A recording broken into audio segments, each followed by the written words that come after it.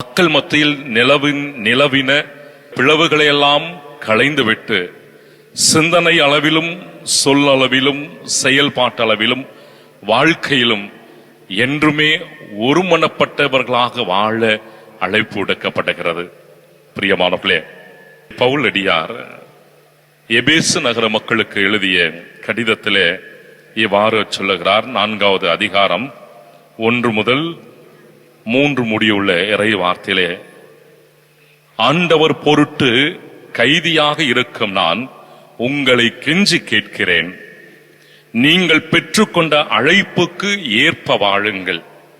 முழுமன தாழ்மையோடும் கனிவோடும் பொறுமையோடும் ஒருவரையொருவர் அன்புடன் தாங்கி அமைதியுடன் இணைந்து வாழ்ந்து தூய ஆவி அருளும் ஒருமைப்பாட்டை காத்துக்கொள்ள முழு முயற்சி செய்யுங்கள்.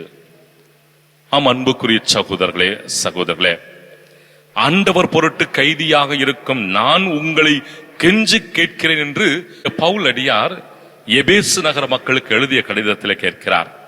இந்த பவுல் சவுலாக இருந்தபோது யார் யாரெல்லாம் இந்த ஆண்டவர் இயேசு கிறிஸ்துவை நம்பினார்களோ, இந்த இயேசு கிறிஸ்துனுடைய நம்பிக்கையில பயணித்தார்களோ, அவர்களெல்லாம் சிறைபிடித்து கைதியாக்கி கொண்ட இந்த சவுல் பவுலாக மாற்றம் பெற்ற பிறகு, இந்த ஆண்டவர் பொருட்டு கைதியாக இருக்கும் நான் உங்களை கெஞ்சி கேட்கிறேன்.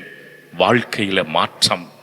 இந்த பவுலடியாருடைய அந்த ஆழ்மனத்திலிருந்து எழுகின்ற சிந்தனை, அவர் எபேசு நகருக்கு செல்லுகின்ற போது அந்த மக்கள் மத்தியில் இருந்த பிளவுகளை பார்த்து நீங்கள் ஒற்றுமையோடும் சமாதானத்தோடும் அமைதியோடும் இணைந்து வாழுங்கள் என்ற அருமையான ஒரு சிந்தனையை எபேசு நகர மக்களுக்கு எழுதிய கடிதத்திலே இவர் தெளிவாக சொல்லுகிறார். நாம் அத்துணை பேருமே ஒருமனப்பட்ட சிந்தனையோடு வாழ வேண்டும் என்றால், ஆண்டவர் விரும்புகின்ற ஒற்றுமையோடும் சமாதானத்தோடும் அமைதியோடும் நாம் வாழ வேண்டும் என்றால், இந்த பவுலடியார் கொலோசே நகர மக்களுக்கு எழுதிய கடிதத்தில் தெளிவுபடுத்துகிறார். நம்முடைய வாழ்க்கையில அடித்தளம் அன்பாக இருக்க வேண்டும். அன்பை அடித்தளமாக வைத்துக் கொண்டு நாம் கட்டி எழுப்புகின்ற போது அங்கு பிளவுக்கு வாய்ப்பே இல்லாத ஒரு சூழல்.